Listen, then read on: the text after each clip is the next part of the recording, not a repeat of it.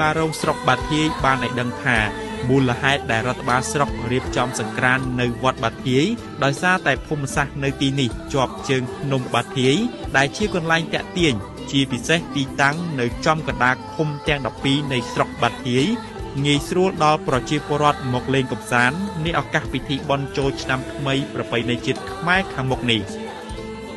តាមការទឹកអមហានពីអីដល់បាខេតក៏ដូចជាលោកអភិបាលស្រុកដែលលោកដៃថាទីតាំងនេះគឺយើងបង្កបរិយាកាសយ៉ាងណាគឺឲ្យមានការធ្វើម៉េចឲ្យប្រជាជនយើងបានចូលរួមទាំងអស់គ្នាគឺយើងបង្កើតទៅជាមានលក្ខណៈជាតន្ត្រីក៏ដូចជា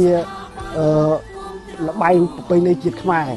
យើងរាល់ឆ្នាំសម្រាប់តែទីតាំងនេះតែម្ដងគឺទីមួយយើងធ្វើកម្មវិធីបាយសង្ក្រាន្តហើយមានរបាំត្រុដិរបាំប្រពៃណីហើយបន្ទាប់មកគឺយើងពេលរសៀលគឺមានឡានបាញ់ទឹកបាញ់អីចឹងទៅធ្វើប្រកបមកលេងមានភាពសប្បាយអញ្ចឹងដល់ឆ្នាំនេះលោកអូឈីលីប្រធានណៃណលដែរថាគុំទាំង12ត្រៀមយកផលិតផលដែលជាសក្តានុពលរបស់គុំមួយហ្នឹងឲ្យគាត់យកមកតាំងបង្ហាញនៅកន្លែងហ្នឹងហើយអញ្ចឹងយើងក៏ឥឡូវយើងនឹងសហការជាមួយនឹងចៅអធិការវត្តដើម្បីឲ្យគាត់រៀបចំទីតាំងណាមួយដើម្បីឲ្យយើងមានភាពងាយស្រួលក្នុងការតាំងពណ៌កុំឲ្យមានផលប៉ះពាល់ផ្សេងៗបាទ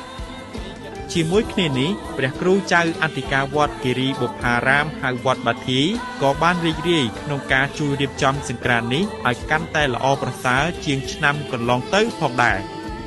វត្តស្មារតីនេះជាប់ផ្លូវជាតិបានស្រាវជ្រាវវិសា